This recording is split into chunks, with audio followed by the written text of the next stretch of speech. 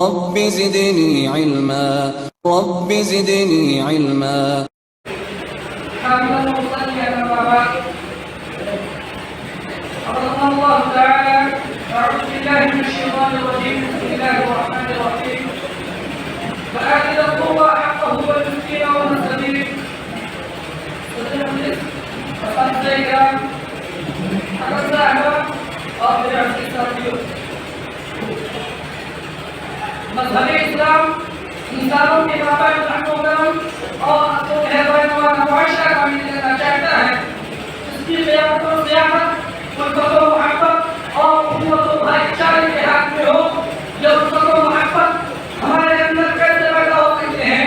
اللہ کے رسول صلی اللہ علیہ وسلم نے فرمایا: افشوا السلام بینکم، اپنے مابین سلام کو عام کرو.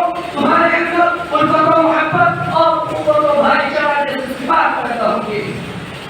رحمی کے برکات بہت ہی زیادہ ہے جو تعمیر حیات میں دنیا کی کردار ادا کرتے ہیں. اہل وحدت اور اہل انداز سے محبت جس میں باقاعدہ کشادگی اور منزلتی کا باعث ہے. اللہ کے رسول صلی اللہ علیہ وسلم نے فرمایا: من احب ان يوصل له في رزقه وينزع له في اثره فليصل رحمه. میرے پیارے ساتھیوں، رشتوں کو جوڑنے کے دو طریقے ہیں. ایک تو یہ کہ جو موجود رشتے ہیں ان کو ٹوٹنے اور بگڑنے سے بچایا جائے، اور دوسرے یہ کہ جو رشتے ٹوٹ چکے ہیں آگے بڑھ کر ان کو جوڑنے کی کوشش کی جائے. خاندانی زندگی میں اکثر ایسا معاملہ ہوتا ہے کہ کوئی رشتہ دار ہمارے ساتھ صلہ رحمی نہیں کرتا بلکہ وہ سلوکی کرتا ہے. ایسے حالات میں بھی نبی کریم صلی اللہ علیہ وسلم نے ہماری رہنمائی فرمائی ہے کہ ہم ان کے ساتھ صلہ رحمی کریں. دونوں ہی صورتوں میں رشتہ دار صلہ رحمی نہ کرے تب بھی ان کا کوئی احترام نہیں چھوڑنا، اور اگر صلہ رحمی کرتے ہیں تب بھی رشتوں کے قدر کا خیال رکھنا ہے.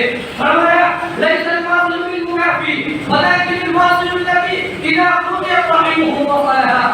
صحیح ہے، اگر ہم بھی ان کی طرح وجوبی طور پر صلہ رحمی کا معاہدہ کریں گے تو یہ بیماری اور گندگی سماج و معاشرہ میں اور زیادہ پھیلے گی. لیکن جب ہم ان کے ساتھ صلہ رحمی کریں گے تو انسان کی طرف سے امید ہے کہ دیر سے صحیح ان کی اصلاح ہوگی اور سماج و معاشرہ میں صلہ رحمی کا فروغ ہوگا. اور اس صلہ رحمی کا حکم نہ صرف ہمارے نبی اور آپ کی امتیوں کو دیا گیا بلکہ ان پیغمبروں میں سے ایک پیغمبر حضرت موسیٰ علیہ السلام اور آپ کی قوم بنی اسرائیل کو بھی دیا گیا تھا کہ وَإِذْ أَخَذْنَا مِيثَاقَ بَنِي إِسْرَائِيلَ لَا تَعْبُدُونَ إِلَّا اللَّهَ وَبِالْوَالِدَيْنِ إِحْسَانًا.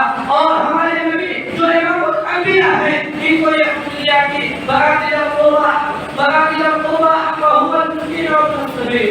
اور آپ کی امت کو یہ کہا: وَاعْبُدُوا اللَّهَ وَلَا تُشْرِكُوا بِهِ شَيْئًا وَبِالْوَالِدَيْنِ إِحْسَانًا وَبِذِي الْقُرْبَىٰ.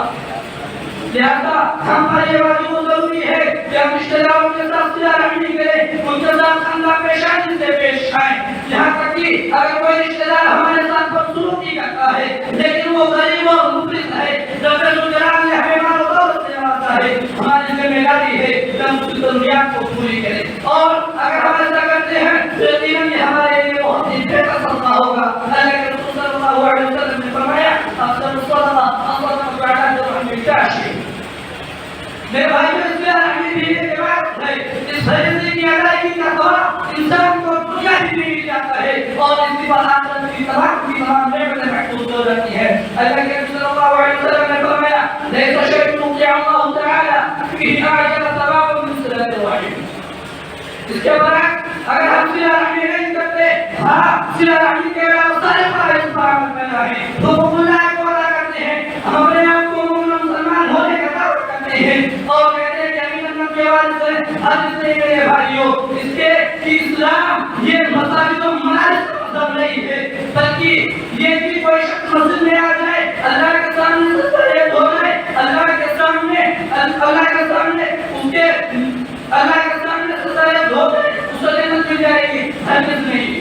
بلکہ اگر کوئی شخص دنیا کا انتہائی نیک اور بزرگ ہو لیکن اللہ کے مخلوق کے ساتھ اگر اس کے تعلقات اس طریقے اس کے تعلقات نبی صلی اللہ علیہ وسلم کے اس طریقے پر نہیں جسے نبی صلی اللہ علیہ وسلم نے کرنے کا حکم دیا تو شخص بھی جنت میں نہیں جا سکتا. اس لیے کہ پیارے نبی کی حدیث ہے: لا يدخل الجنة قاطع. آپ دنیا میں جتنا کرنا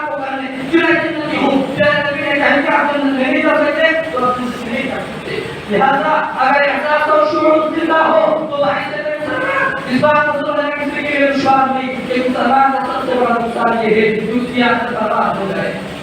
دعا کہ اللہ تمام لوگوں کو حقیقی اہل و بصیرت و سمجھ دے اور قدر اپنے رکھنے کی توفیق دے. آمین. آخر دعوانا الحمد للہ رب العالمین. السلام علیکم و رحمۃ اللہ.